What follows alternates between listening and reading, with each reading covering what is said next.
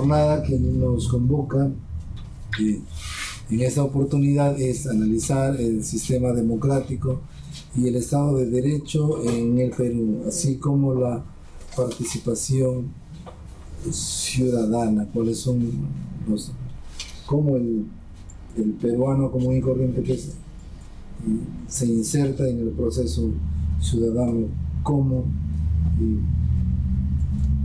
ejerce esa ciudadanía de manera efectiva, porque no solamente se trata del hecho pues de elegir o ser elegido. El desarrollo de la participación ciudadana pues tiene otras aristas a las cuales atender. Yo soy tú, tú eres yo. Relación entre autoridad y el ciudadano. Una autoridad que no represente a un conjunto de ciudadanos, seguramente esta autoridad tiene un poder no legítimo, o al contrario, si los ciudadanos no se sienten representados por determinada autoridad, entonces existe una identidad entre ambos, entre la autoridad y el ciudadano. Las autoridades se deben al ciudadano. El ciudadano es quien deposita toda su confianza en la autoridad. Miren, observemos que en nuestro sistema electoral, que está compuesto por la OMPE, la RENIEC y el Jurado Nacional de Elecciones, que son los que se encargan de realizar los procesos eleccionarios. Sin embargo, las elecciones pues, dan cuenta de que un gran porcentaje de la población pues, no está preparada para el ejercicio ciudadano. Entonces, ni siquiera estamos preparados para elegir. Bien. Entonces existen retos que debemos asumir a fin de mejorar esa cultura cívica electoral, pues todavía en la actualidad persisten acciones de autoritarismo cultural, también el carácter ético de una crisis actual en la cual pues muchos candidatos, muchas personas se dedican a hacer promesas y sin embargo luego esas no cumplen y luego el ciudadano se siente estafado. Otro de los retos que existen es progresivamente acceder a una electronización de los procesos eleccionarios. Ya en las últimas elecciones se puso en práctica el voto electrónico en algunos lugares del Perú. Sin embargo, también sucedieron ciertas limitaciones en ese proceso. En el mismo caso de atender a personas con discapacidad. Existe el caso de que un señor en su mesa de votación se realizaría de forma electrónica. Entonces hasta allí ningún problema. El problema fue que la mesa donde el señor debió emitir su voto electrónicamente estaba en el segundo piso de una institución educativa. Hasta allí tampoco ningún problema. El problema surge cuando la persona que debe ir a votar pues resulta siendo una persona que no puede subir escaleras y que la institución educativa no contaba con ascensor y que también la reglamentación no permite que en este caso la persona sea asistida. Y entonces todas las reglamentaciones, todos los procesos deben atender a la diversidad de la población. Bueno, también existe la necesidad, el reto y el desafío de realizar profundos cambios políticos en el electorado peruano. En conclusión, observamos que en nuestro Perú existe una ausencia del ejercicio de la política. Entonces simplemente se hace el ejercicio de una política electoral, pero en sí los mismos partidos políticos no desarrolla procesos en los cuales pues, la esencia de la política esté en práctica. Existe también una débil conciencia de la ciudadanía. Bien, buenas tardes, Alicia, bienvenida. Continuamos en este proceso. Por otro lado, existe la necesidad de promover una educación y una cultura democrática, ¿no? En un imperativo categórico. Por otro lado, es necesario una exigencia a la enseñanza y aprendizaje de las leyes por parte del pueblo. Muchos pobladores tienen un completo desconocimiento de las leyes elementales que rigen la ciudadanía. Entonces, en esas condiciones, pues, si la población no conoce de la reglamentación, pues está imposibilitada de realizar un ejercicio democrático. Entonces, al respecto, pues existe la necesidad de que la educación y la enseñanza y el aprendizaje de las leyes por parte del pueblo sea una exigencia. En nuestro país, el ejercicio democrático solamente significa tener 18 años de edad, y eso realmente es muy poco para el ejercicio de la ciudadanía. Vale decir, no todas las personas estamos preparadas para el desarrollo del ejercicio democrático. El Perú necesita entonces que la participación política sea mediante los partidos políticos. No es extraño para nosotros darnos cuenta que en cada elección pues surge un nuevo partido, surge un nuevo político, surge un nuevo movimiento, y seguramente también se extingue con esa elección, porque no logra superar la valla electoral. ¿Y por cuánto? Porque no existe solidez, porque simplemente se trata de un grupo de personas que se juntan para una elección, y un partido es mucho más que ello.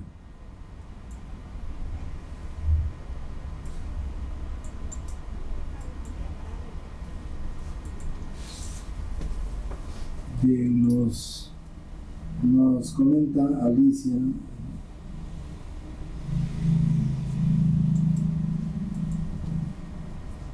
que el área conativa evolutiva culmina su desarrollo a los 23-25 años. Mire, anteriormente la reglamentación, pues existían, el ejercicio ciudadano era a los 21 años. Entonces, efectivamente sí, ¿no? Pero no se trata tampoco, pues, imaginemos, ¿no?, las personas con más edad, ¿no?, y sin embargo con las mismas carencias respecto a las leyes, respecto al ejercicio ciudadano, pues no serviría de nada si nosotros simplemente lo que hacemos es subir la edad. Pues no sería lo más conveniente. Lo más conveniente es que los partidos políticos asuman su responsabilidad de formar a sus agremiados, y que pues dentro de la formación integral de la persona, pues en las instituciones educativas, pues se prepare correctamente para que los jóvenes, al egresar la educación básica, estén preparados para insertarse en la sociedad de manera efectiva.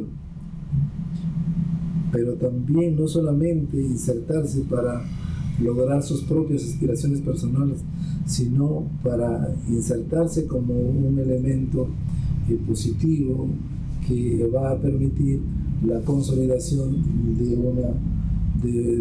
una sociedad peruana, pues en la cual sus integrantes se desenvuelven armoniosamente para consolidar a nuestra sociedad peruana.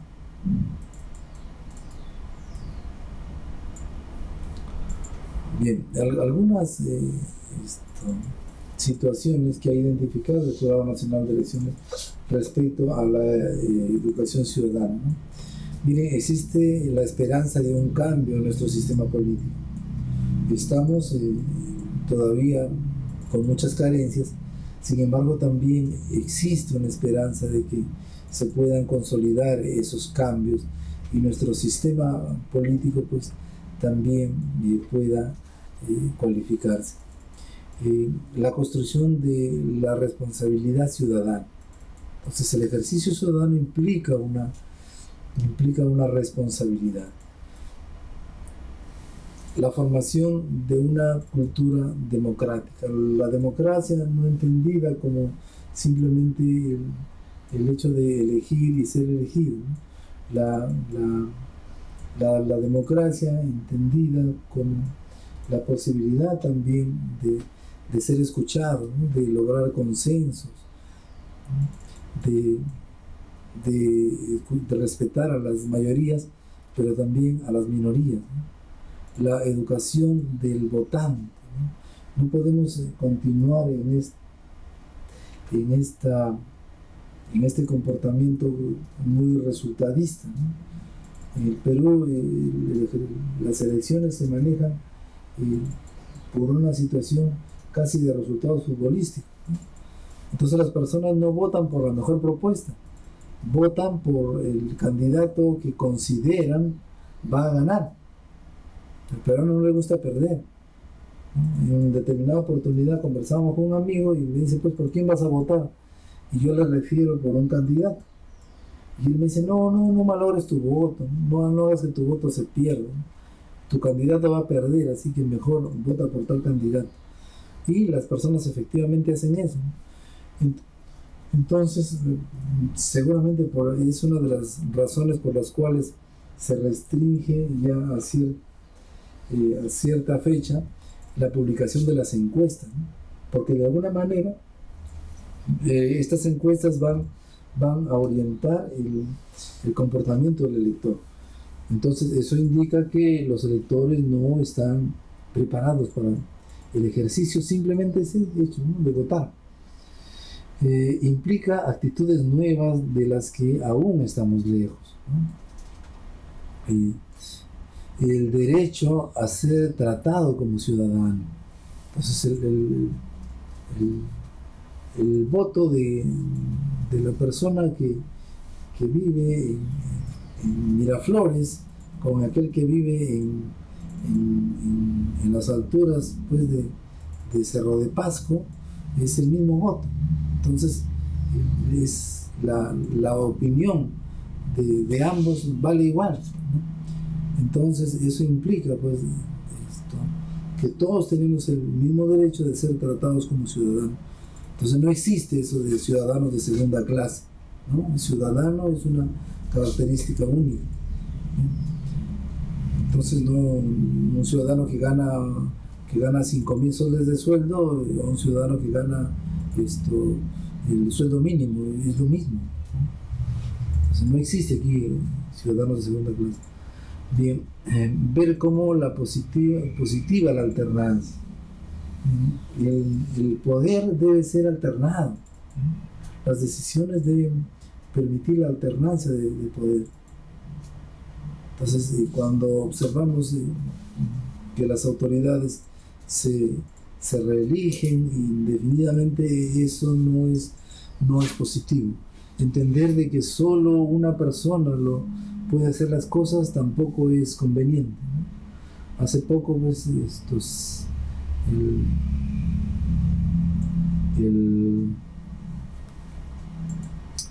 hace poco fue cuando se censuró al ministro de Educación, pues se hablaba que estaba en peligro la revolución. Entonces esas ideas no son muy convenientes, ¿no? Porque imaginemos que solo el poder de transformar las cosas está en una persona. Entonces imaginemos que si a esa persona le pasa algo, todo se viene abajo, no sería lo más conveniente, ¿no? Entonces lo conveniente es que exista alternancia en las decisiones, ¿no? Bien, aquí nos refiere pues que un expresidente manifestó que existen ciudadanos de tercera clase, ¿no? cuando se dio el conflicto de Bagua, ¿no? Ya hablábamos anteriormente, cuando el poder se ejerce con prepotencia, ¿no? Cuando ese poder se ejerce con prepotencia, efectivamente surgen los conflictos. Entonces esas ya, y también hablamos de las creencias, ¿no? Entonces imagínate ese expresidente que tiene esas creencias, sus propias creencias, con las propias lineamientos de las leyes peruanas, pues terminan generándose un conflicto, ¿no? En el Perú, pues el ciudadano es ciudadano y no existe en clase, pero si existe un gobernante que entiende de que hay escalas en la ciudadanía, entonces eso de por sí nos va a generar un conflicto, ¿no? Bien, entonces pues esas actitudes debemos ir desterrando y debemos propiciar pues la alternancia en el poder, ¿no? Entonces imagínense, si formamos un club de amigos, pues, y el presidente está elegido desde hace 40 años, entonces no resulta siendo conveniente, ¿no? Entonces si solamente hay uno que se reelige indefinidamente, entonces los principios de la democracia no están vigentes en esa institución. También dentro de asumir nuevas actitudes implica ver de manera positiva a la competencia constructiva. Entonces la competencia es necesaria, por supuesto que sí, ¿no? Porque gracias a esa competencia que existe, pues podríamos tener la posibilidad de comparar cuál es el más competente, ¿no?, de los candidatos, o cuál es el grupo, ¿no?, en el cual pues sus lineamientos, su práctica pues permite que sus agremiados se desarrollen y se consolide el grupo como tal, ¿no? Entonces es buena esa competencia constructiva. Resulta también necesario el aceptar a las autoridades que elijan la mayoría, aunque no sean las que nos gusten, pues, ¿no? Entonces, elegido ya la determinada autoridad, pues esa autoridad se eligió para 4 años, se eligió para 1 año, se eligió para 2 años, se eligió para 5 años, pero la mayoría ya lo elige. Entonces ya no existe esa posibilidad. No es una buena práctica pues ir mellando a fin de que los periodos se acorten, que eso no le ayude en nada al ejercicio ciudadano, ¿no?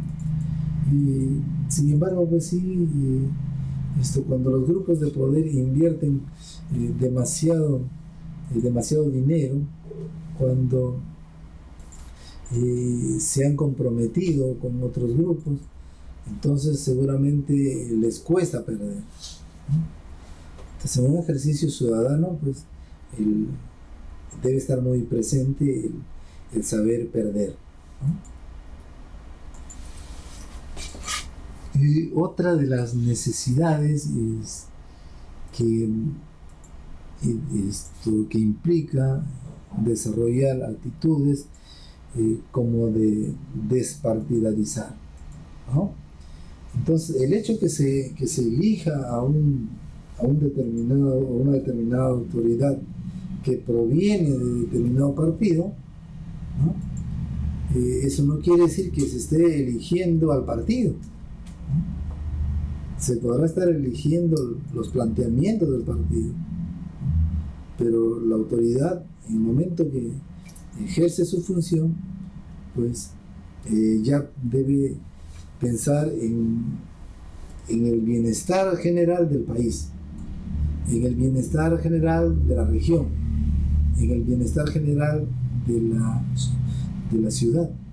Entonces no se elige un alcalde para servir a determinado partido, no se elige a un presidente para que este presidente pues solamente mejore las condiciones de los miembros del partido, ¿no? Entonces, eso significa despartidarizar, no necesariamente pues todas las personas que participan en el gobierno deben ser del partido, ¿no? Más bien deben estar ahí los técnicos más capaces, cual sea su tienda política, ¿no? Bien, el ejercer la vigilancia ciudadana en la gestión pública. Pues elegido el gobernante no quiere decir de que ya lo elegimos, ya ahora sí a descansar 5 años, ¿no?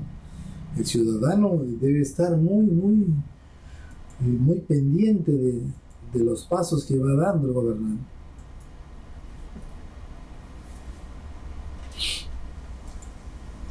Mire, el Jurado Nacional de Elecciones cumple una función educativa también, ¿no? Y la finalidad de este es crear conciencia cívica en la ciudadanía, ¿no? Entonces, asumiendo que la ciudadanía no tiene suficiente capacidad de discernimiento, ¿no? Parece ofensivo, pero las cosas están así, ¿no? Entonces, hay una responsabilidad del Sistema Nacional de Elecciones para formar a los ciudadanos, ¿no? Y eso implica tener ciudadanos informados, y si están informados, pues van a ser ciudadanos críticos, ¿no? Pero si no tienen esa información, entonces su nivel de criticidad es bastante precario, ¿no? Entonces, a medida que esté más informado y sea más crítico, pues su voz va a ser un poquito más fuerte. La capacidad de participación y control. Esto ayuda a que la gestión sea más transparente. Interioriza y aplica los valores de la democracia en su vida pública y privada. Además, mayor cantidad de votos, mayor equidad. El fortalecer el sistema democrático y la estabilidad del país. Entonces, tener ciudadanos fortalecidos, ¿no? Eso va a permitir fortalecer el sistema democrático y, por supuesto, la estabilidad política del país.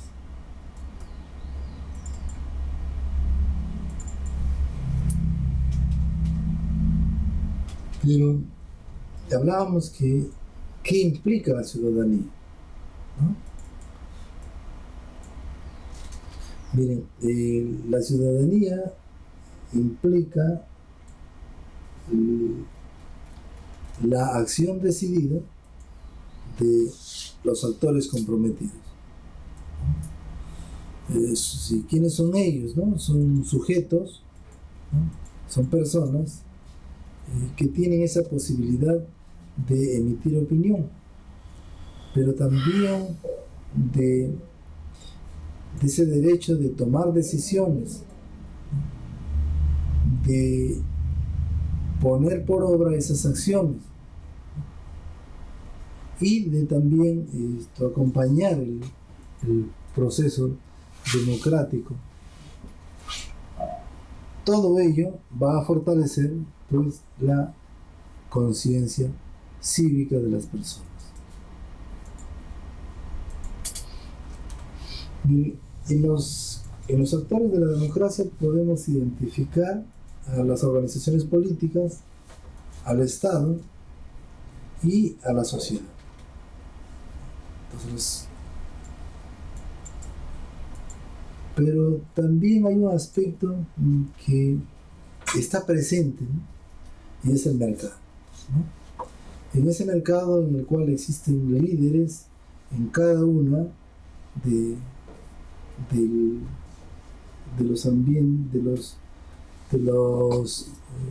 de las actividades laborales, ¿no? Sea la agricultura, la industria, la minería, la producción, el comercio, la exportación, los servicios o la misma economía.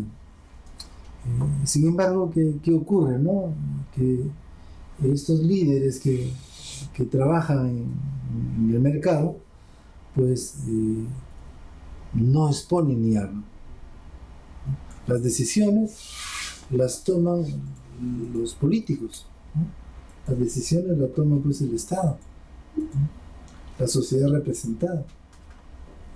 Y sin embargo, existen personas que son los que dinamizan la economía. Y sin embargo, no tienen voz, ¿no?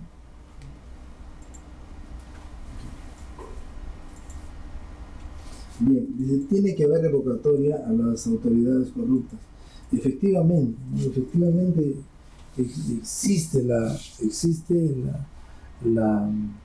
el derecho de poder revocar a las autoridades. Por supuesto que sí, más adelante viene ese aspecto. Bien, entonces amigos, debemos entender a la democracia como un modo de vida de la sociedad de ciudadanos con la capacidad de ejercer sus derechos civiles, ¿no? Algunos avances, ¿no? Que en una democracia pues existe el Estado de Derecho, ¿no? En una sociedad democrática el poder está separado y no existe una relación entre ellos, ¿no? El poder ejecutivo, ¿no? El legislativo, el judicial, independencia de poderes. En una democracia, pues, las autoridades son elegidas por sufragio popular y libre. En una democracia observamos que el Estado está cada vez más cercano a las mayorías. En una democracia podemos observar una participación ciudadana responsable y pacífica. Entonces, cuando observamos que en determinada ciudad pues existe participación responsable y pacífica, entonces estamos muy cerca de consolidarnos como una sociedad democrática. La modernidad, transparencia y eficiencia en la gestión pública. Entonces el avance de la tecnología debe ayudar a que las instituciones pues se fortalezcan, ¿no? En la atención a los recurrentes. Necesario pues también ejercer ese poder pues con muchísima transparencia, ¿no? Cuidando los fondos económicos que son tan escasos. En una democracia existe también la libertad de prensa. Así no le guste la autoridad, así no nos guste, pues existe la irrestricta libertad de prensa. Bien, entonces cuando existe una libertad de prensa, entonces en esa sociedad se viene consolidando la democracia. Cuando existe la experiencia organizativa, si vemos que en determinada ciudad, ¿no? El gobierno municipal pues tiene un excelente nivel organizativo, pues eso de por sí ya es un indicador de una convivencia democrática.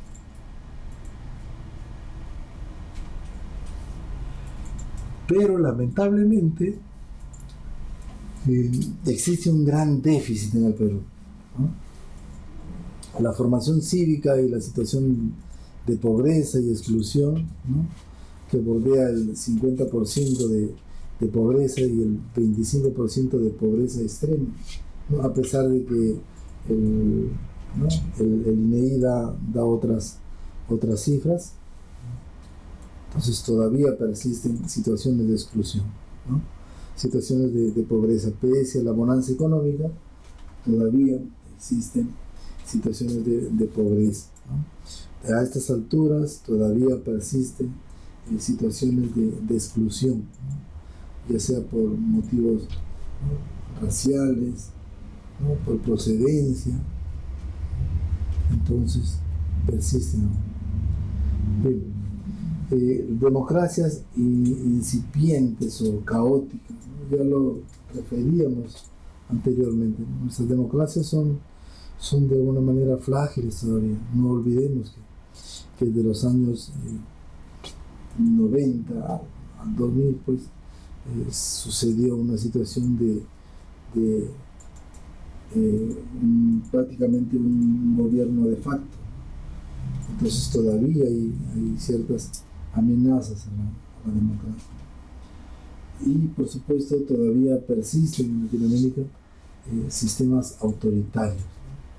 Que generan una idea de un falso orden. Podrá haber temor, pero no existe democracia.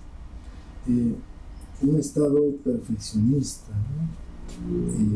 El paternalismo no es una práctica adecuada. Entonces imaginemos cuando se deje de ejercer ese paternalismo, nuevamente la sociedad retrocede.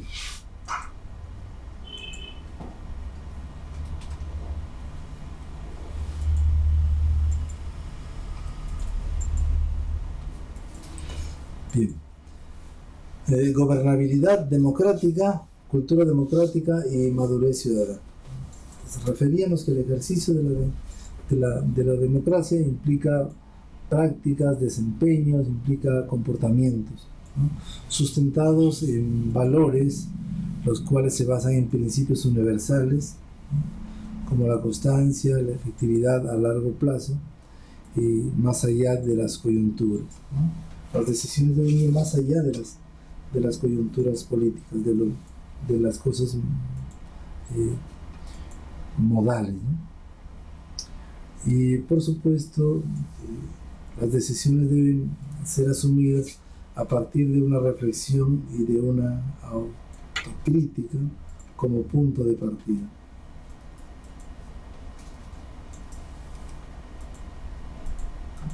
El desarrollo humano. Miren, el paternalismo y el asistencialismo, a través de organismos que ejecutan programas y proyectos sin antes haber incorporado, validado o compatibilizado los verdaderos intereses y necesidades de la población a atender, pues está destinado al fracaso. Entonces, si no participa la ciudadanía, pues esos programas asistenciales no van a funcionar. Y se acaba el asistencialismo y también se acaba el comportamiento. Entonces, ¿qué sentido tiene? Con participación, el desarrollo de las personas, ¿no? Organismos que ejecutan programas y proyectos de acuerdo a intereses manifestados por la población necesitada. Miren, todo proyecto, todo programa debe partir de las necesidades, ¿no? de las personas a quienes se va a servir. Desarrollo por las personas, ¿no? Existen organismos que elaboran y planifican programas y proyectos conjuntos con la población, capacitando a un grupo de sus líderes, ¿no? Esto ya es otra cosa.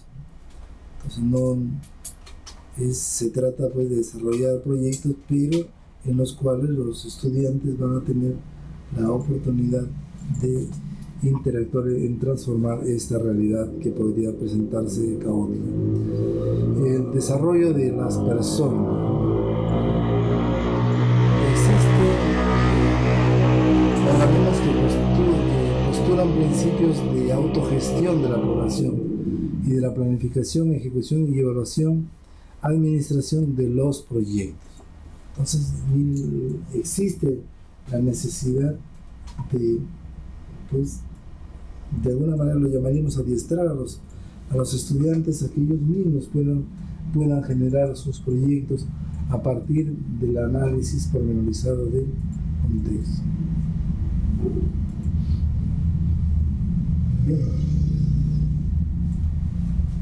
Bien, ahí podemos observar pues, ¿no? que la persona humana se consolida dentro de una familia, que esas familias en coordinación con todas las familias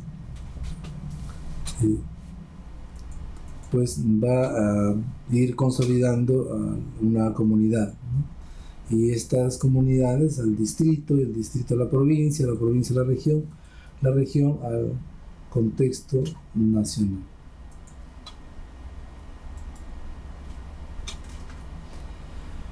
Bien, el modelo educativo para el desarrollo humano y la democracia. Algunos conceptos del desarrollo humano. Este tiene carácter integral e integrador. Miren, todo el proceso, todo el modelo democrático debe orientar a la satisfacción de las necesidades básicas de la población. Y eso implica pues el disfrute de los derechos humanos, la participación solidaria en las dimensiones esenciales de la vida, la práctica efectiva de la democracia, ¿no? La libertad ideológica y política.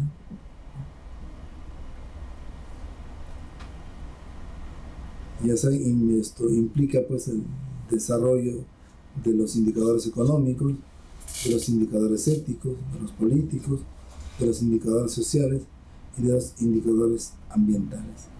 Solo si podemos incrementar los índices de estos indicadores, entonces estaremos contribuyendo a la satisfacción de las necesidades básicas de los estudiantes.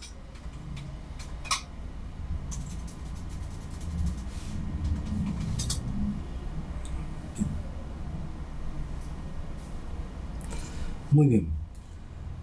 Entonces veíamos que a nivel nacional pues se tiene una caracterización de la sociedad, se tiene también una caracterización del país que queremos ser. ¿Qué queremos ser como persona? Queremos ser como conjunto de personas. Entonces eso implica poner en práctica ciertos valores, ¿no? Como son la honestidad, la confianza, la práctica de libertades, como puede ser la de opinión, de expresión, de reunión, el respeto a las diferencias, y esto por supuesto el respeto a los individuos y también a los grupos. Aquí no existen grupos que sean más que otros. Entonces siempre en una situación de conflicto debe buscarse el desarrollo de ambos en conflicto, ¿no? La solidaridad y responsabilidad colectiva. En una sociedad democrática se asumen solidariamente responsabilidades, ¿no? Se rinden cuentas, ¿no? Y se ejerce vigilancia sobre el ejercicio del poder. Por supuesto, en una sociedad que se consolida debe pues consolidarse también el asumir la autoestima y la identidad pues con responsabilidad, ¿no? Y sintiéndonos orgullosos de quién soy y quiénes somos en un colectivo. Bien, pero ¿qué se percibe lamentablemente, ¿no? Se percibe ciertas incoherencias, ¿no? Se percibe ciertas situaciones de parcialidad, se percibe favoritismo, se percibe intolerancia en las organizaciones, se perciben violaciones de las libertades fundamentales, ¿no? Si observamos violaciones de principios democráticos, entonces eso también son situaciones desalentadoras, ¿no? Si se percibe imposición, si se percibe abusos del poder y paternalismo, efectivamente se trata de situaciones negativas que no están contribuyendo al desarrollo del ejercicio ciudadano, ¿no? Nuestra personalidad, nuestras experiencias de vida, las motivaciones, los estímulos, los reconocimientos, los premios, los prejuicios, ¿no? Terminan pues jugando a favor o en contra. En este caso, pues, si tenemos un director que trata muy bien a su compadre, a pesar de que este no sea responsable, esto definitivamente va a traer conflictos, ¿no? La Ley de Participación y Control Ciudadano, el número 26.300, establece lo siguiente, ¿no? Que son derechos de participación de los ciudadanos lo siguiente, ¿no? La iniciativa de reforma constitucional, es decir, un colectivo puede solicitar, ¿no?, una reforma constitucional. Por supuesto que existen vías para poder realizar esto, ¿no? Iniciativa en la formación de las leyes, y también la iniciativa en la formación de dispositivos municipales, regionales y otros, ¿no? Mecanismos de participación establecidos por la presente ley para el ámbito de los gobiernos municipales y regionales. Pero también existen situaciones como el ser humano se pronuncia, como el ciudadano se pronuncia, ¿no? Y veamos que esa manera de pronunciarse es a través de un referéndum. Entonces se escucha la voz del pueblo, cuando el pueblo de pie pues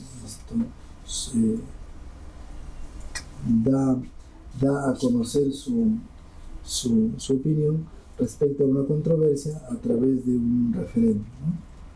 Pero también los ciudadanos se pronuncian en consultas cuando se inicia la revocación de autoridades. Sin embargo, también existen mecanismos de control, y la revocatoria de autoridades, la remoción de autoridades, la demanda de rendición de cuentas, ¿no?, y otros mecanismos que están establecidos. ¿Qué relación existe entre el Estado y la ciudadanía, ¿no? El votante o ciudadano es socio del Estado, ¿no? El ciudadano contribuyente con derecho a exigir resultados y un Estado de mejor calidad. El ciudadano cliente o consumidor de los servicios del Estado, ¿no? Y los pobladores o usuarios. Miren que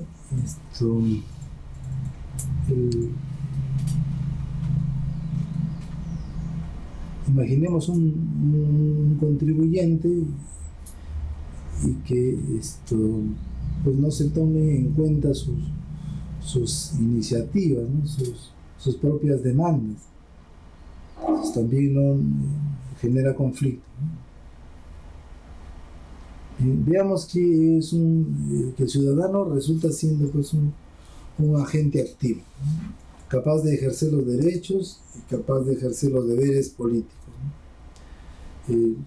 El ciudadano participa en asuntos públicos y es capaz de tomar decisiones, ¿no? Entonces ahí podríamos hablar de un ejercicio pleno de la ciudadanía. Entonces, cuando el ser humano toma decisiones, cuando las personas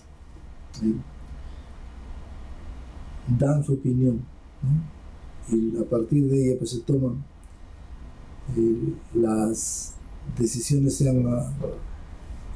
es allí donde el ser humano pues se siente que existe, ¿no? Y por ello pues estaríamos hablando de un ejercicio pleno de la ciudadanía. Entonces se da el ejercicio pleno de la ciudadanía cuando la persona tiene la facultad de ser escuchada por los demás. Bien, ¿y cómo será pues un voto responsable, ¿no? Entonces, un voto responsable implica lo siguiente, ¿no? Implica que al tomar la decisión, pues estemos bien informados,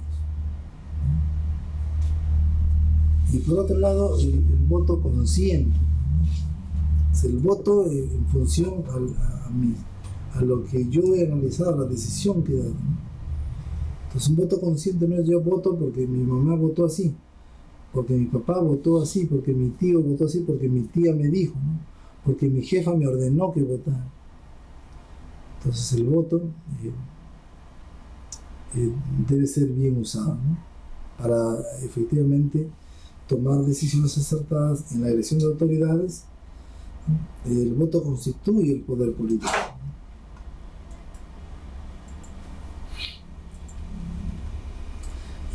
Como característica, todos sabemos que en nuestro país, en nuestro Perú, el voto tiene las siguientes características.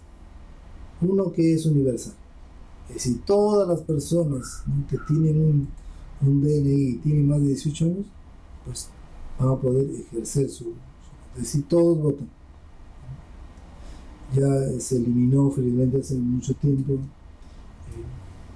prácticas inadecuadas, ¿no? En la libreta electoral de 3 cuerpos. Esto se refería ahí a las personas como iletrados, por ejemplo. En otras sociedades las personas no letradas no votan. Entonces en nuestro país sí, en nuestro país el voto es universal, ¿no? Que el voto es igual, es decir, el voto de Carlos Chan es un voto, ¿no? El voto que emite el presidente de la República es un voto, el voto que emite el señor Alan García Pérez es un voto. Entonces el voto tiene su valor no depende del cargo que ostenta, ¿no?, la persona que emite el voto, ¿no? El voto es directo, no puede haber un voto a través de intermediarios, ¿no? Y lo otro, que el voto es secreto, ¿no? Es decir, nadie puede obligarnos a revelar por quién votaste, ¿no?, o por quién vas a votar. Es secreto. Y otra de las características es su obligatoriedad. En Estados Unidos el voto no es obligatorio. O sea, la gente va porque quiere ejercer dar su opinión, ¿no? Pero podrían no hacerlo, ¿no? Pero en nuestro país sí, el voto es obligatorio. Entonces, si no nos presentamos a votar, pues corresponde una multa, ¿no? Si no llegamos a instalar la mesa, multa. Entonces en el Perú se ponen tantas prohibiciones a fin de obligar a la gente a asumir una responsabilidad.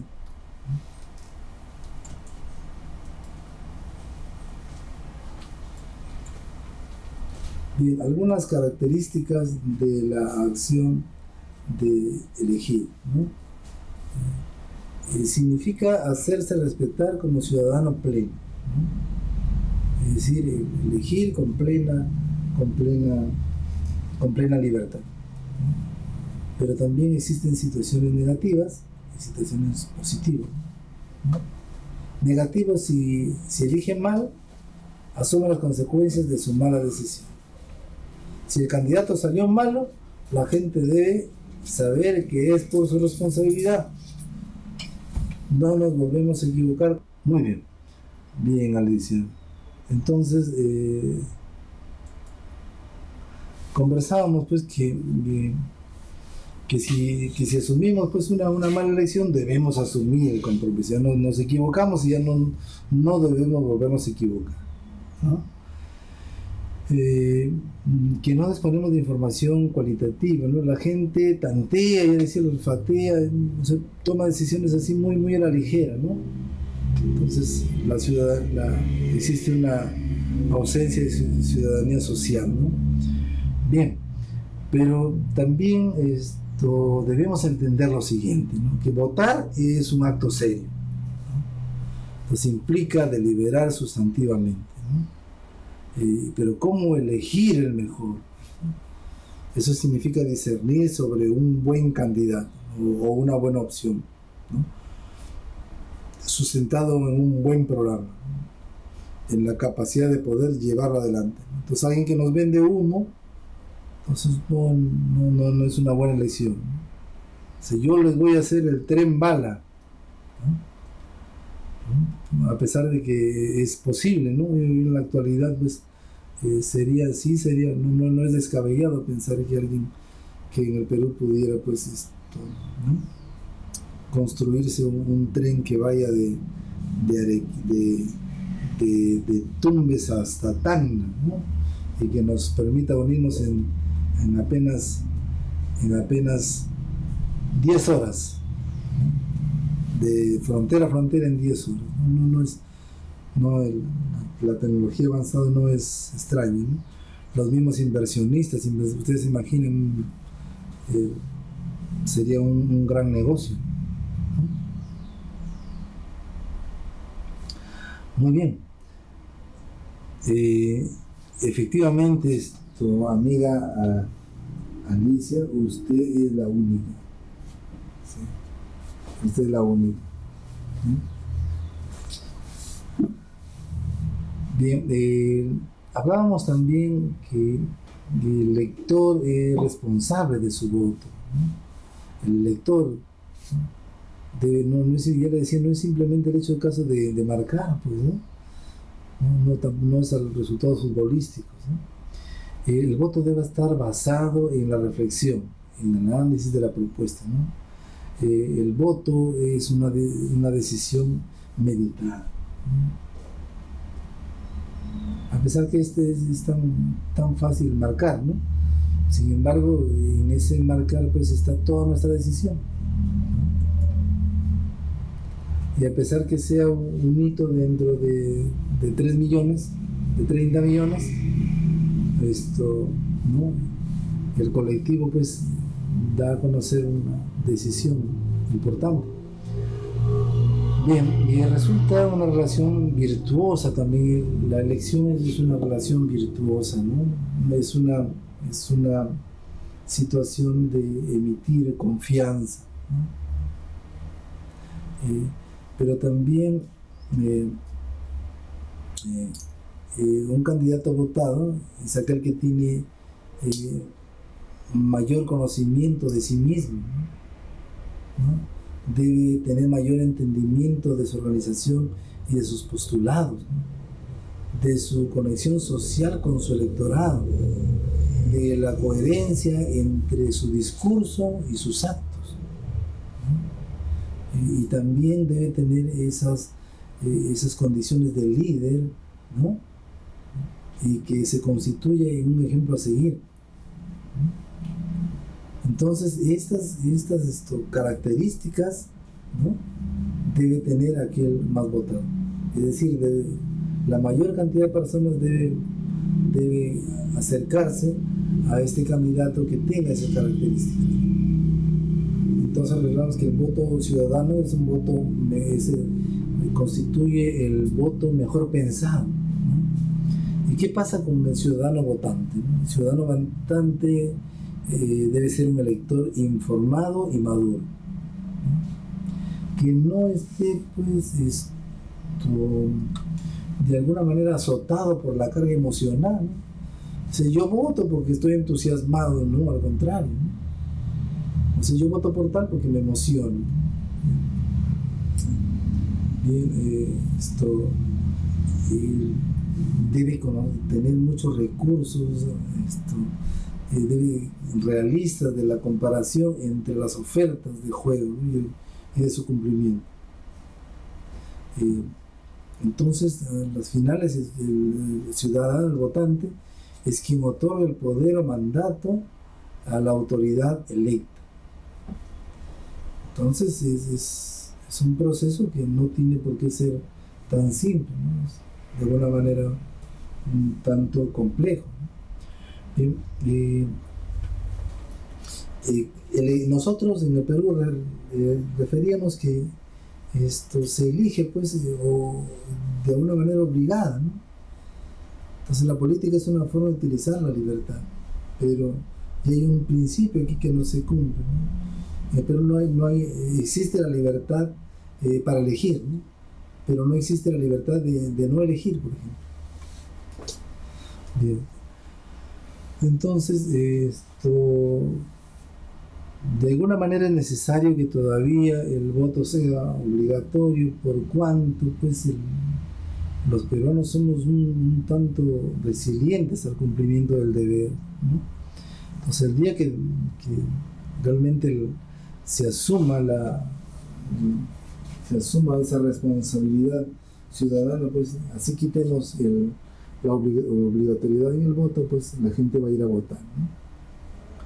Decía que la libertad es la capacidad de elegir, pero con ética y valores, ¿no?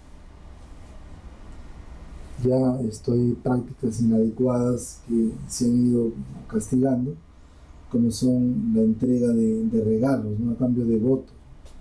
Entonces eso realmente no contribuye a la elección. Las sociedades están formadas por personas que eligen juntas, ¿no? Todos sabemos que tenemos que elegir, pero no sabemos en qué condiciones vamos a hacerlo. La libertad está siempre ligada a la explosión sentimental y afectiva, ¿no? La libertad como el origen del hombre, como aquellos que nos definen tal como somos, ¿no? Es una condición necesaria, no podemos evitar serlo, ¿no?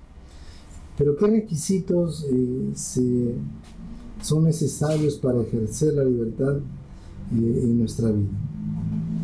Elegir con libertad en la vida implica tener conocimiento.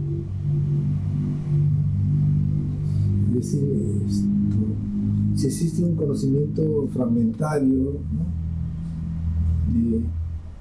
eso no contribuye, ¿no?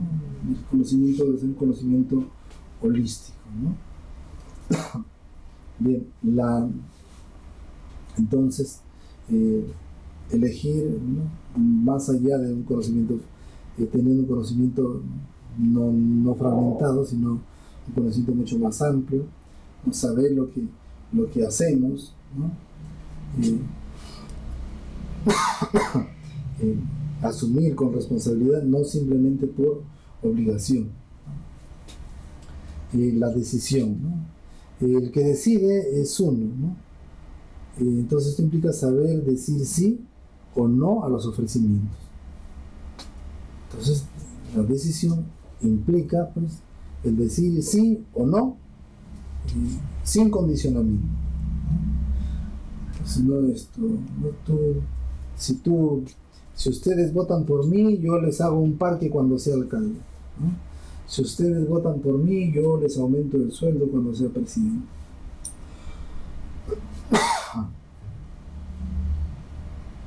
Bien, y imaginación, ¿no? Alternativas de acción, promesas de acción, promesas para inventar una ilusión. Esto, por supuesto, que también no contribuye al ejercicio de una elección libre, ¿no?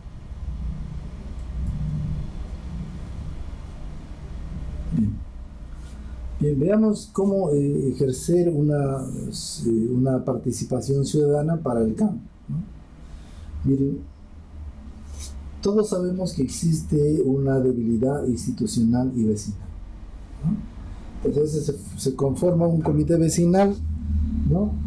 Y resulta que el señor el presidente, pues, ¿no?, dio a conocer su plan, y luego, ¿no?, terminaron recibiendo aportes, y luego se desaparece y no hay ninguna gestión, y el barrio y la urbanización continúa en las mismas condiciones que hace 10 años.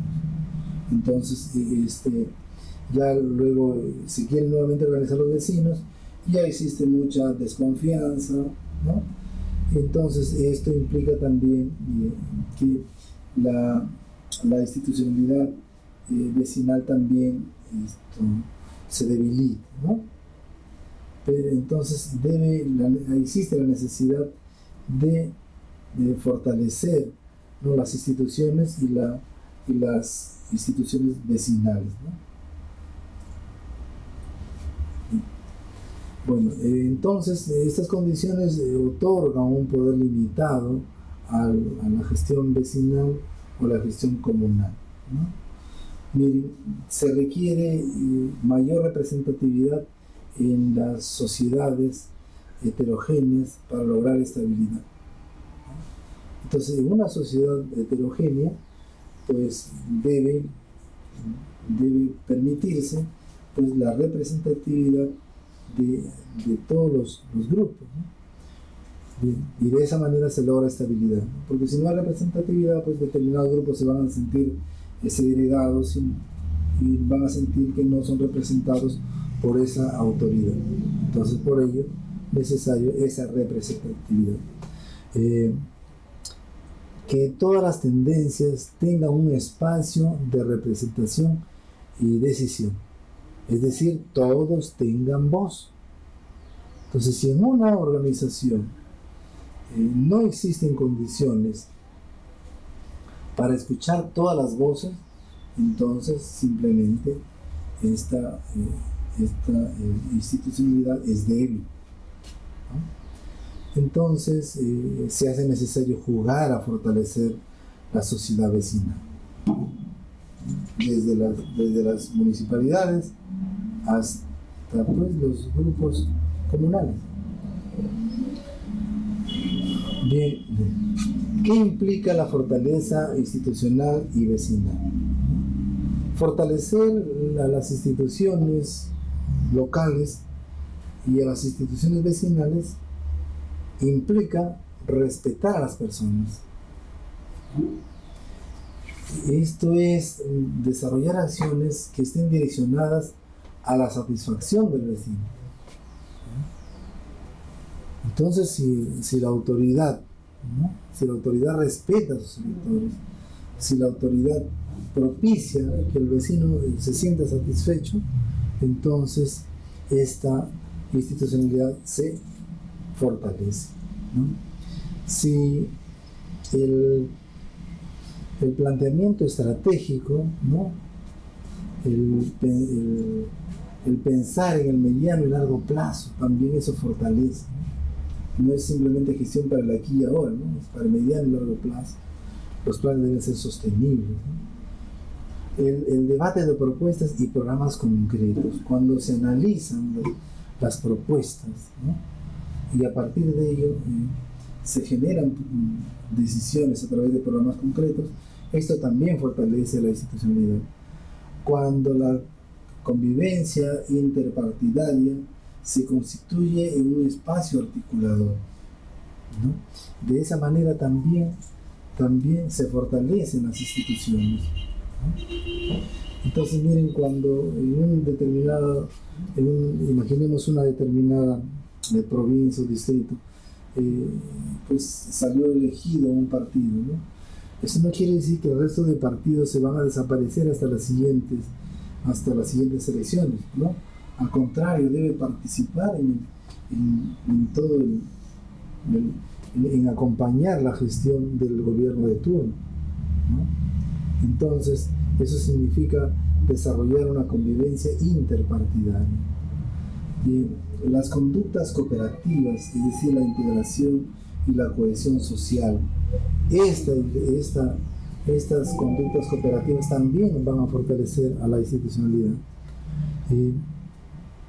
Cuando se toma decisiones compartidas, ¿no? Cuando el liderazgo y el equipo de gobierno, ¿no? asumen esa decisión compartida, se fortalecen las instituciones. Se fortalecen también cuando el trabajo, las acciones son transparentes, ¿no? Cuando se hace un trabajo en equipo, ¿no? Cuando las cuentas están claras, ¿no? Como se dice, las cuentas claras y el chocolate espeso, ¿no? Cuando el ciudadano de a pie pues ejerce una vigilancia sobre la gestión pública, velando por el bien común, también estamos fortaleciendo la institucionalidad. Cuando el ejercicio responsable de la autoridad es cumplir y hacer cumplir las leyes, ¿no? Cuando la gobernabilidad y estabilidad democrática están presentes, entonces también se viene contribuyendo al fortalecimiento de la institucionalidad local y vecinal, ¿no? Pero lamentablemente también existen condiciones que debilitan la institucionalidad local y también vecinal o nacional, ¿no? Por ejemplo, la dispersión y exclusión, ¿no? Cuando tenemos todavía un país fraccionado, una población dispersa, una población no atendida, condiciones de inequidad, entonces esto realmente está sumando en contra, ¿no? Cuando se generan los conflictos, ¿no? Cuando a partir de este conflicto se da la polarización entre la sociedad, ¿no? Entre grupos, entonces tampoco se contribuye a la institucionalidad. Cuando existe frustración de las zonas rurales, ¿no? Que se ven todavía pues segregadas, que sus necesidades no son atendidas, entonces esto definitivamente debilita la institucionalidad. Cuando la corrupción, ¿no? azota a la institucionalidad, ¿no? Esto también en definitiva causa insatisfacción en los representados, ¿no? Cuando ven que su autoridad se está llevando el cemento para su casa, o se lleva a los trabajadores que hacen una obra para que arreglen los cuartos, el baño de su casa. Entonces, cuando se dan concursos y no se eligen a los más idóneos, ¿no? O cuando este concurso estuvo plagado pues de irregularidades, entonces también se debilita la gestión, se debilita la institucionalidad. Las decisiones tienen que ser decisiones pensadas, decisiones planificadas, ¿no? Sin embargo, cuando en la gestión existe improvisación, existe desorden, es decir, un despelote en las acciones y decisiones, se está debilitando la gestión, ¿no?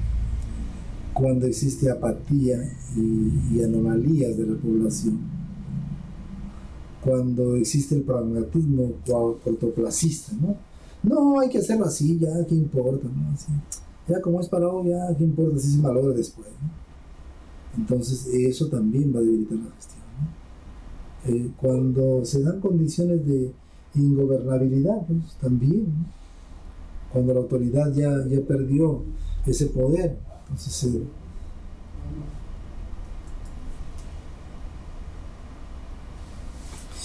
pero ¿a dónde vamos como sociedad, ¿no? ¿Cuál es el objetivo de la sociedad, ¿no? El objetivo es la conformación de una sociedad que forme mejores ciudadanos, ¿no? En este sentido, los gobiernos locales democráticos son responsables de contribuir a la formación de la ciudadanía, ¿no? Procurando pues el desarrollo de una identidad local, procurando la cohesión social, propiciando la participación y movilización social en torno a desafíos centrales. Las empresas, las organizaciones, los líderes comprometidos con la formación ciudadana también deben contribuir a la formación ciudadana, ¿no? Es decir, debemos educar para la democracia, y estas empresas, estos líderes, estas organizaciones pues deben asumir esa responsabilidad social que tienen, ¿no? ¿Y cómo lo van a hacer? ¿No? Lo van a hacer fomentando la responsabilidad social de sus empresas, ¿no? Entonces, cuando la empresa se acerca a la población y asume esa responsabilidad que le compete, pues se fortalece la institucionalidad, ¿no? Cuando éstas fomentan los compromisos institucionales con la ciudadanía plena, ¿no? Cuando se propicia la promoción del compromiso formal de los líderes locales, ¿no? Los medios de comunicación también deben asumir y deben hacerse corresponsables de la formación ciudadana. Entonces a los medios de información les compete también, ¿no? ¿Y cómo lo van a hacer? ¿No? A través de la promoción de la función educativa y formativa de estos en cumplir las regulaciones. En difundir la autorregulación de la prensa a favor de los derechos ciudadanos. Los medios también deben permitir el diálogo continuo entre los representantes de la sociedad y también los organismos de participación ciudadana. Deben propiciar y deben contribuir también los medios a la conformación de un observatorio ciudadano respecto a los mensajes que se brinden sobre el ejercicio ciudadano. Vale decir que gobiernos locales, empresas y medios de comunicación deben estar comprometidos con esa tarea de formar al ciudadano.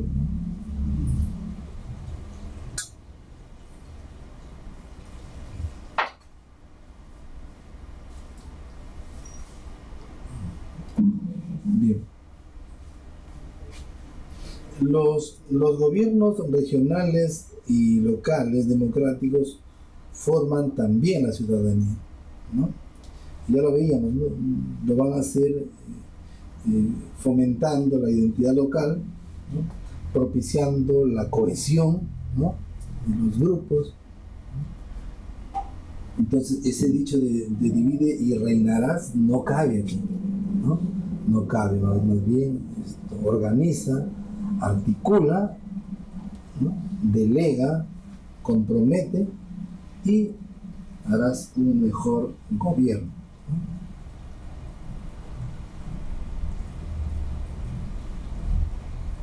Pues la participación y movilización social en torno a desafíos centrales, ¿no?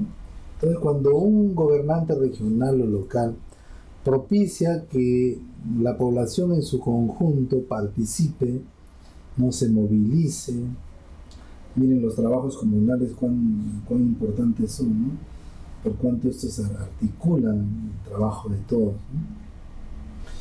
Las empresas, organizaciones y líderes comprometidos con la formación ciudadana, ¿qué hacen, no? Ya lo referíamos, ¿no? Ellos deben fomentar a la responsabilidad social de las empresas locales. Existen muchas empresas, pero no todas están comprometidas. No todas se articulan al desarrollo local o regional. ¿Sí? Entonces, se requiere pues que estas que ya lo vienen haciendo pues fomenten, ¿no? Para que más empresas sean aquellas que asuman esa responsabilidad social. El fomento a los compromisos institucionales de la ciudadanía plena, ¿no? Fomento a los compromisos institucionales con la ciudadanía plena, ¿no?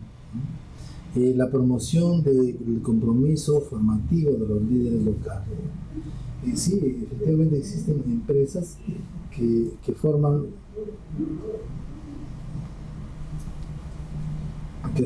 líderes y eso es muy, muy positivo, ¿no? Muy, muy positivo.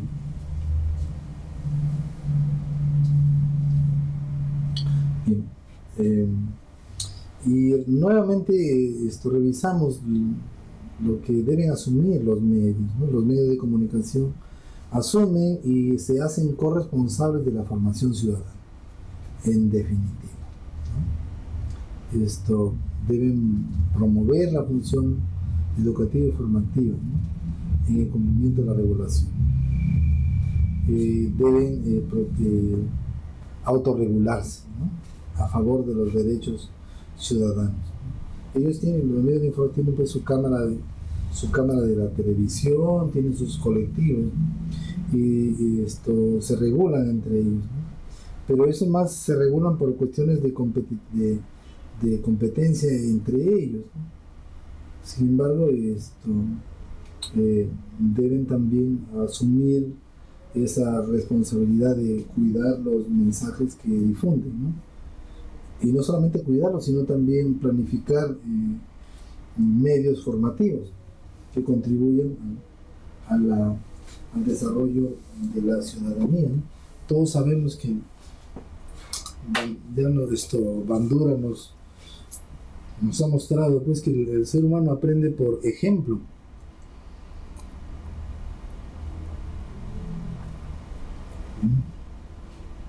Y especialmente lo negativo. Hace un tiempo se empezaron a difundir estas barras bravas de países de Europa, y al ser difundido luego esto se hizo como una moda. Miren esto nada más, lo de los Pokémon, ¿no? El Pokémon Go. Y por ahí se difundió el interés económico por vender más líneas telefónicas, por vender más equipos.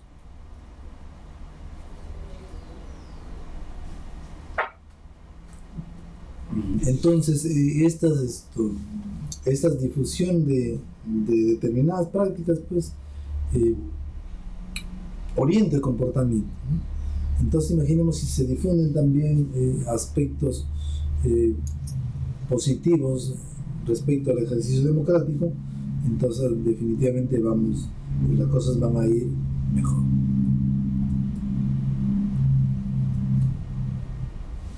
Bien. Bueno, en este esquemita que nos proporciona el Jurado Nacional de Elecciones podemos observar las inteligencias múltiples en función del desarrollo integral de la persona, ¿no? La persona desarrolla su percepción visual espacial, ¿no? Para ello la práctica del dibujo, el diseño, la creación, pues lo va a fortalecer, ¿no? Desarrolla también aspectos matemáticos, musicales, lo interpersonal, el desarrollo de la autoestima, el derecho a la identidad, el aprender a trabajar solo, ¿no? El reflexionar sobre sus acciones, el autorregular sus actos, ¿no? El asumir una cultura de éxito, ¿no? Eso es en lo intrapersonal. En lo interpersonal, pues, implica el desarrollo de habilidades sociales para comunicarse con otros, ¿no? El desarrollo de valores democráticos, de formarse como personas responsables, la habilidad para convocar y liderar a los compañeros y organizarlos.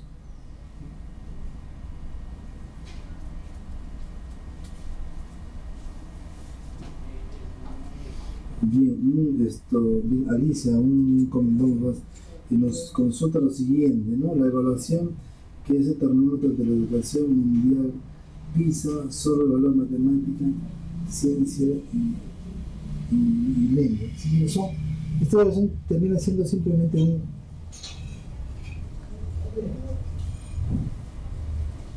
un referente, ¿no? Miren, sin embargo,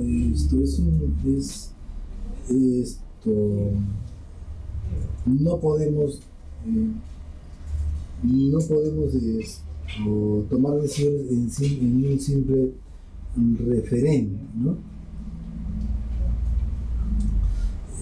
Bueno, esto es como decirles, a ver, es como que un señor ha diseñado un instrumento y lo ofrece a los países que quieran someterse a ese instrumento, ¿no?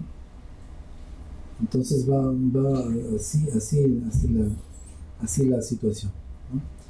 Bueno, existen estándares internacionales respecto a la calidad educativa. Entonces no podemos asumir, bueno, algunos dicen la calidad educativa será por la infraestructura solamente, ¿no? O solo por la cantidad de egresados, o solo por la cantidad de ingresantes, ¿no? Sí, bien. Sí, efectivamente existen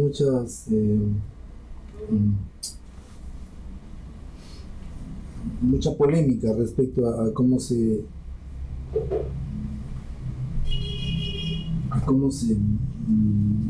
viene utilizando los recursos, ¿no?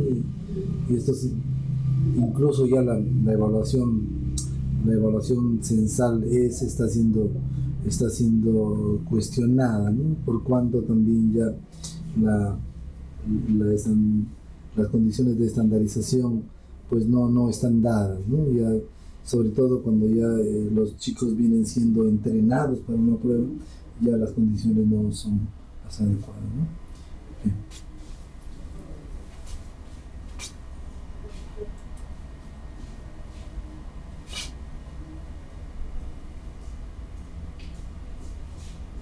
Bien, entonces existe una necesidad de formar a la persona para el ejercicio ciudadano, ¿no? Pero aquí entramos a lo que conversamos hace un momento respecto a los mecanismos de participación ciudadana, ¿no? ¿Qué entendemos por participación política, ¿no? ¿Qué nos significa el control ciudadano, ¿no? ¿Cómo se encuentra regulada la participación política en el Perú? ¿Cuán importante es ejercer los derechos de participación ciudadana? Miren, estas y otras preguntas iremos desarrollando en los próximos minutos, ¿no? Bien, efectivamente, existen mecanismos como el ciudadano, ¿no? Como tal o de manera organizada, pues participa en la vida política del Perú, ¿no? Algunas ideas, ¿no?, que necesitamos recordar, ¿no? El sufragio, ¿no? Además de considerarse como un instrumento de designación de las autoridades, debe verse también como un medio de participación del pueblo en las decisiones gubernamentales. Entonces, una forma de participación es el sufragio, ¿no? El hecho de ir a elegir, esta es una forma de participación. Bien. Democracia directa y participativa. El ciudadano cuenta con distintos mecanismos de participación política, ¿no?, a través del cual puede emitir un voto directo y universal en el proceso de toma de decisiones gubernamentales. Bien. Una ciudadanía efectiva no consiste únicamente en votar sin coacción. Resulta también, ¿no?, un modo de relación entre los ciudadanos y el Estado y de los ciudadanos entre sí, según lo refiere Guillermo O'Donnell, ¿no?, en su texto Democracia, Desarrollo Humano y Ciudadanía, editado por Homo Sapiens. Bien, y la Constitución Política del Perú norma la participación ciudadana, ¿no? Está debidamente normada en el artículo 2, inciso 17 de la Constitución, ¿no?, el cual establece los derechos políticos de la persona, ¿no? También la participación ciudadana en los asuntos públicos, y también tenemos aquí la consulta popular por referéndum, ¿no?, los principios de la administración de la justicia, ¿no?, los jueces de paz que provienen de elección popular, ¿no? Entonces también las autoridades muchas veces son elegidas, está normado que sean elegidos, ¿no?, a través del voto, ¿no?, popular, ¿no? Y existe también el amparo legal en la ley 26.300, ¿no?, Ley de Derechos de Participación y Control Ciudadano.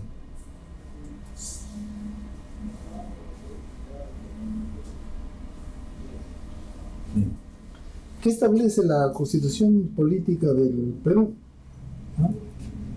En su artículo 2 como derecho fundamental de la persona, está precisado que toda persona tiene derecho a participar en forma individual o asociada en la vida política y económica y social, ¿no?, y cultural de la nación. Es decir, los ciudadanos tienen, conforme a ley, los derechos de elección, recordamos aquí, es decir, el ciudadano puede elegir, pero también de remoción o revocación de autoridades de iniciativa legislativa o de referéndum. Es decir, se puede elegir las autoridades, pero también existe el derecho de remover o de revocar a estas autoridades, ¿no?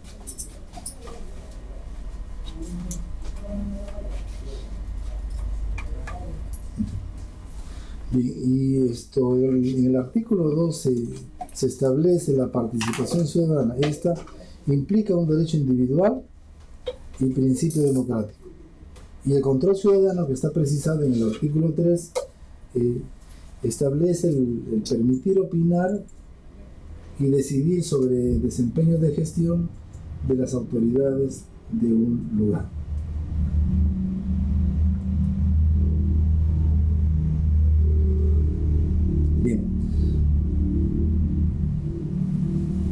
Bien, aquí están precisados los derechos de participación.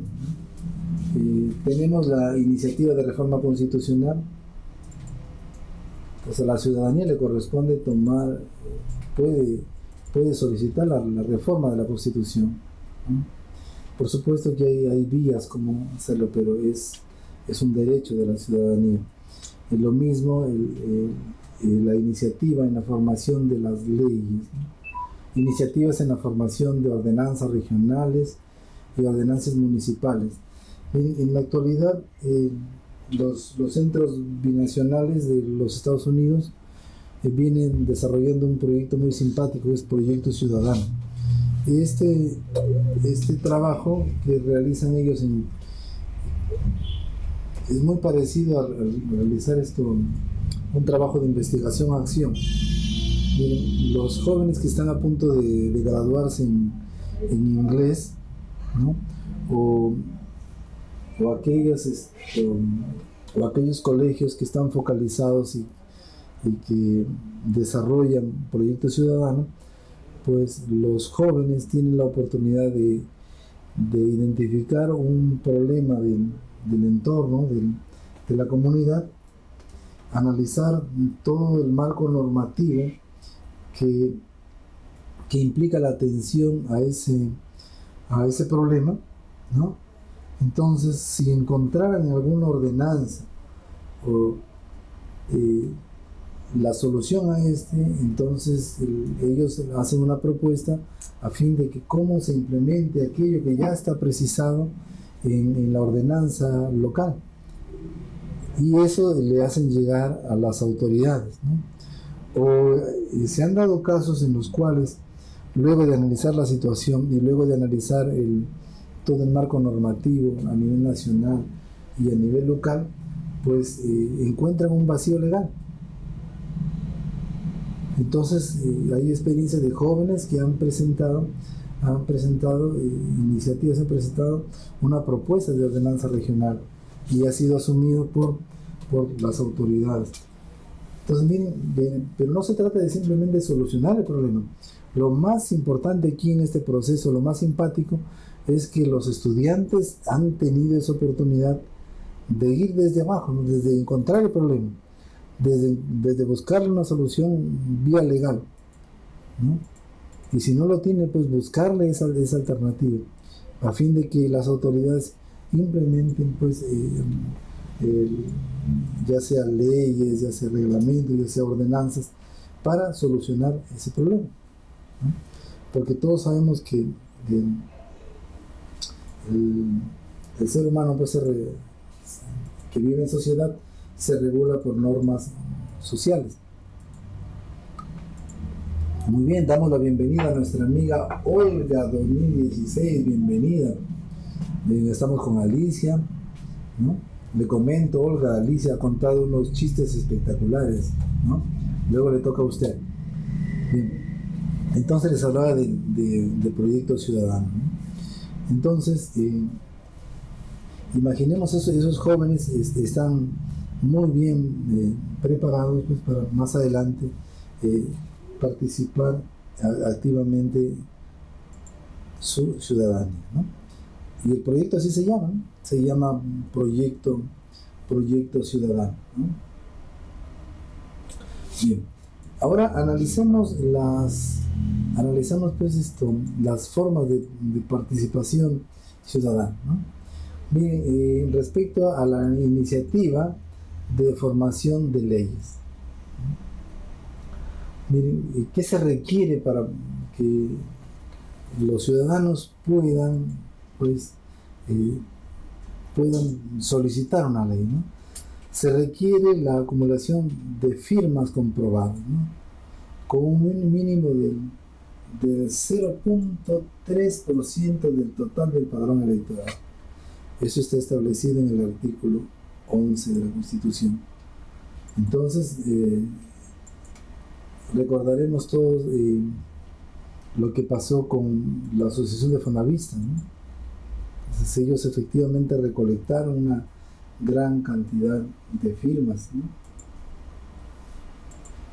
Bien, otra forma, otra iniciativa para la formulación de leyes es a través del Congreso de la República, ¿no? Entonces el Congreso dictamina y vota el proyecto en un plazo de 120 días. Bien, veamos lo siguiente, ¿no? Entonces, los ciudadanos organizados recolectaron el 3% de firmas del padrón electoral y eso se entrega al Congreso de la República. No, esto es mero trámite, ¿no? Mero trámite. Entonces, pero lo más importante es aquí cuando el ciudadano pues se organiza y hace del colectivo pues y hace que el colectivo asuma esta decisión de presentar una iniciativa para la formulación de una ley. Entonces, con el respaldo de ese no es 3%, es 0, son 3 décimas, ¿no? 3 décimas del total del padrón electoral, claro, tampoco es poco, ¿no? Bien, entonces, con este respaldo, el Congreso dictamina y vota el proyecto en un plazo de 120 días calendarios, ¿no? Bueno, aquí, se han dado casos a través del cual el Congreso pues también, tiene su mandato constitucional de portarse como un filtro, ¿no? Sí, entonces esa iniciativa tienen ellos, ¿no? De poder analizar, de poder filtrar, ¿no? Entonces no quiere decir que todas las iniciativas que tienen el respaldo del 0.3% del total de padrón electoral se van a cumplir, ¿no? Entonces, si no, imaginen todas las demandas de la población, ¿no? Y necesitamos aumento para todos, listos, recolectamos firmas ya de todo. ¿Quién no quiere aumento? Entonces esta iniciativa pues inmediatamente va a ser aprobada, ¿no? Pero cuando llega al Congreso, pues ahí se da un filtro, ¿no? Sin embargo, ellos tienen solamente 120 días para poder resolver, ¿no? Miren, amigos, este derecho de la iniciativa comprende todas las materias con las mismas limitaciones ya sean temas tributarios, sean temas presupuestarios, ¿no? Que tienen los congresistas, ¿no?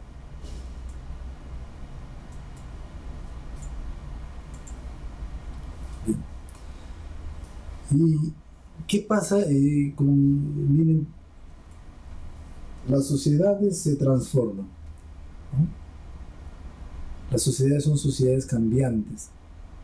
Entonces, en este sentido, pues, las leyes deben también cambiar. Ya hablábamos anteriormente que lo único permanente en el mundo es el cambio.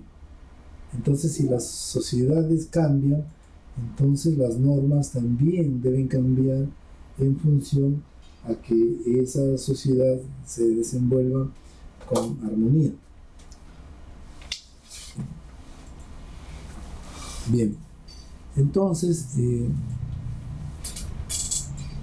esto indica pues, que existe una necesidad de la reforma constitucional. O si la Constitución, digamos, pierde su vigencia con el tiempo, dado que la sociedad ha cambiado, entonces, ¿cuál es la forma de cómo generar esa iniciativa de reformar la Constitución, ¿no? Y para esto también existe solo la cantidad de adherentes al 0.3%, ¿no?, de la población electoral nacional. Son 3/10 de todos los electores, ¿no? Tampoco es poco. Bien, las iniciativas de reforma constitucional provenientes de la ciudadanía se tramitan con arreglo a las mismas previsiones dispuestas para la iniciativa de los congresistas. Bien, entonces si un congresista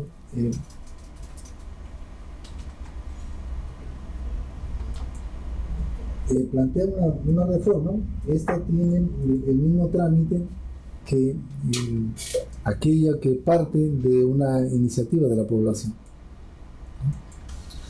Entonces aquí, mire, aquí hay cierta controversia, ¿verdad? Porque estamos ya como que, pues el 3% de la población electoral es lo mismo que a un congresista, ¿no? Que el distrito es un congresista.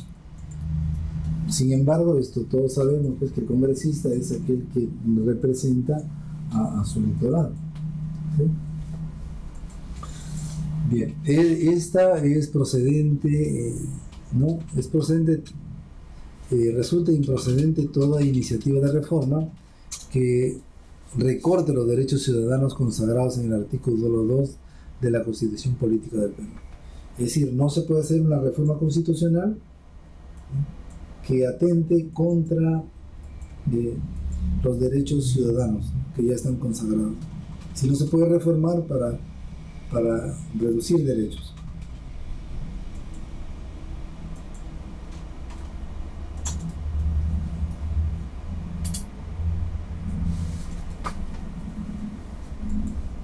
Muy bien, damos la bienvenida a nuestro amigo Víctor Raúl Pérez Sánchez.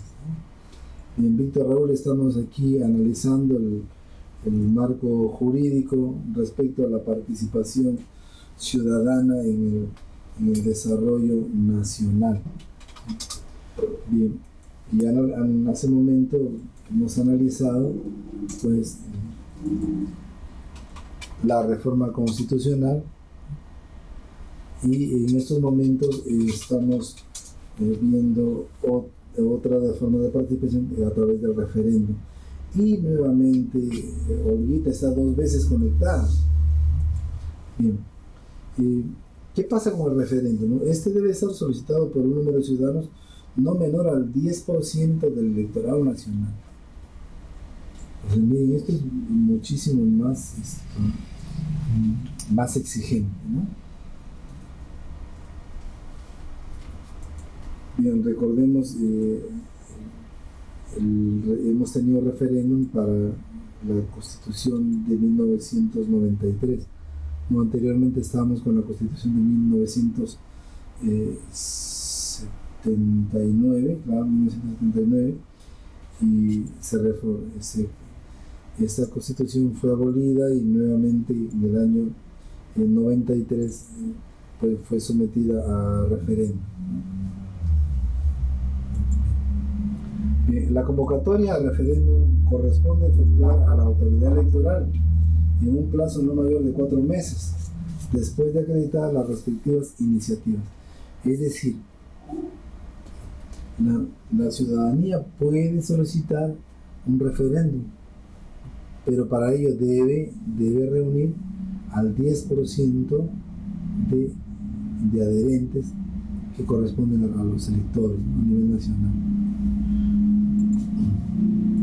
Bien, la consulta va a ser válida siempre que haya sido aprobada por más del 30% del número total de votantes. Es decir, mire, una vez que se plantea el referéndum, se plantea la decisión, ¿no? Imaginemos que en 1993, pues imaginemos que fueron solamente 100 votantes, ¿no? 100 votantes. Y si de esos 100 votantes,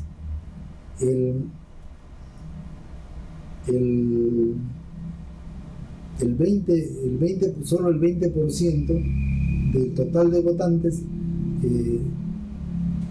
opinaban que debería cambiarse la Constitución, ¿no?, entonces no habría pasado.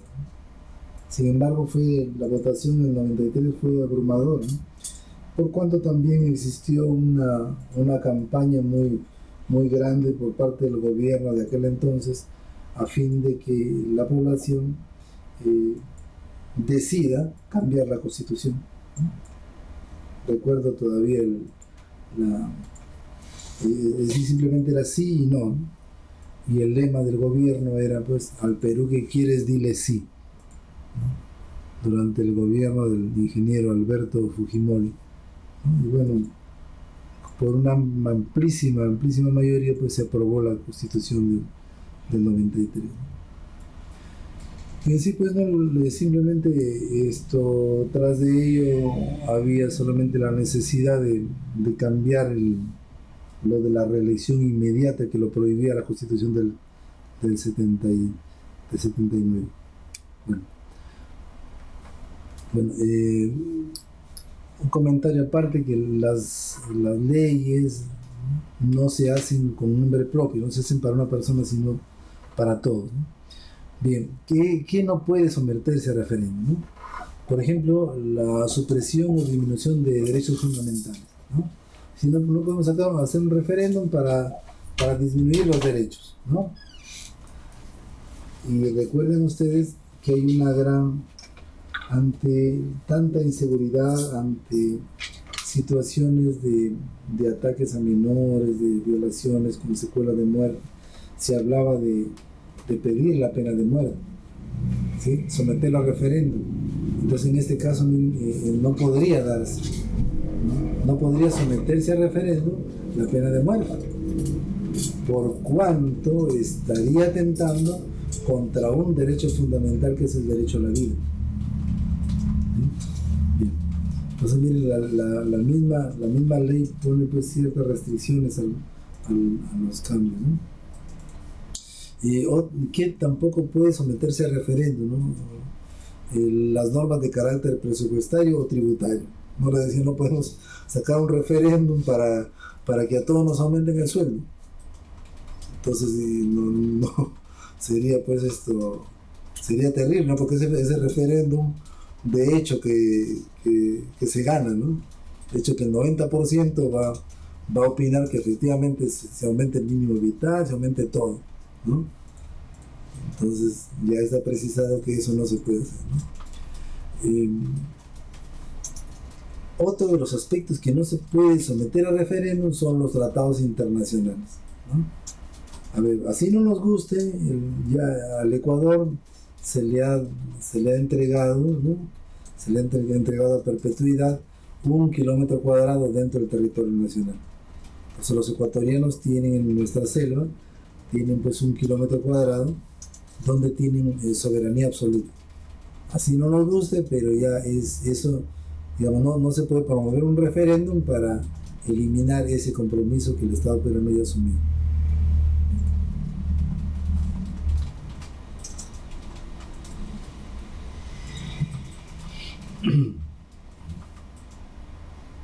Bien. Entonces, recordemos nuevamente, ¿no? Los derechos de control ciudadano son la revocatoria de autoridades, la remoción de autoridades, ¿no?, la demanda de rendición de cuentas. Nos corresponde, pues, el exigir, ¿no?, las cuentas claras, ¿no?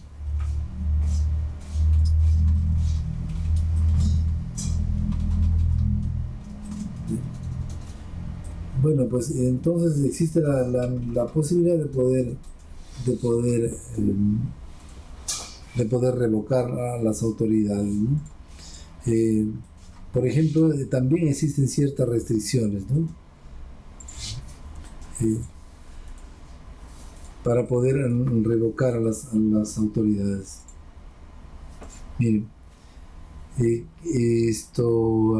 ¿cómo se revoca una autoridad, no? Se necesita una solicitud, ¿no?, que contenga el 25% de los electores. Es decir, si en un distrito pues votan 1000 personas, entonces con una lista de 250 electores, ¿no?, pero también se puede solicitar la revocatoria de eso, ¿no?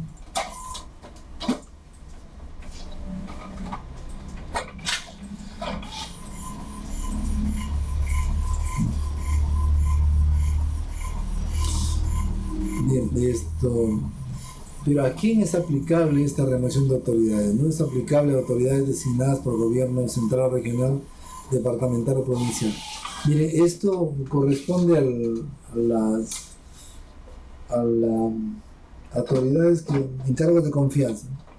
Imaginemos pues que se nombró al gerente de salud y el gerente de salud ha comprado 2 hospitales de campaña, ¿no?, que han costado cada uno pues 3 millones, ¿no?, y los tienen allí guardados durante más de 5 años sin darle uso, y tenemos excedentes de médicos que no tienen nada que hacer, tenemos medicina que no se reparte, es decir, tenemos todos los recursos ahí y no viene siendo usado durante 5 años. Entonces eso demuestra una ineficacia en el cargo. Entonces la ciudadanía, ¿no?, puede solicitar a los presidentes regionales pues, que remuevan a esas autoridades, ¿no?, porque no están actuando bien. O imaginemos un gerente de que ha destinado los dineros que eran, por decir, para transporte de los útiles, ¿no?, para pagar un agasajo a determinadas autoridades, ¿no?, y ya luego no hay dinero para pagar el transporte de los libros. Entonces constituye también acciones irregulares y la ciudadanía podría solicitar, ¿no? Pero aquí no se puede remover, ¿no? Por ejemplo, a los jefes políticos, ¿no? En algunas zonas, como en la selva, donde todavía existe la presencia de movimientos alzados en armas, existen jefes militares. Entonces la población, ellos ejercen cierta autoridad, la población no podría solicitar el cambio, salvo pues imaginemos que haya llegado un sanguinario que está atacando a la población, entonces esto podría solicitarse, ¿no? Bien, cuando el Jurado Nacional comprueba que más del 50% de la jurisdicción lo solicita, entonces ahí también sí se puede remover autoridades. Bien, recordemos el ejercicio de la ciudadanía del ser humano, ¿no? Implica el prepararse para deliberar sobre asuntos públicos, implica en participar democráticamente, no solamente en elecciones, implica la construcción de interpretaciones históricas, ¿no?, el actuar responsablemente en el ambiente, el actuar responsablemente con respecto a los recursos económicos, ¿no?, y también el convivir democráticamente en el momento histórico que nos ha tocado asumir.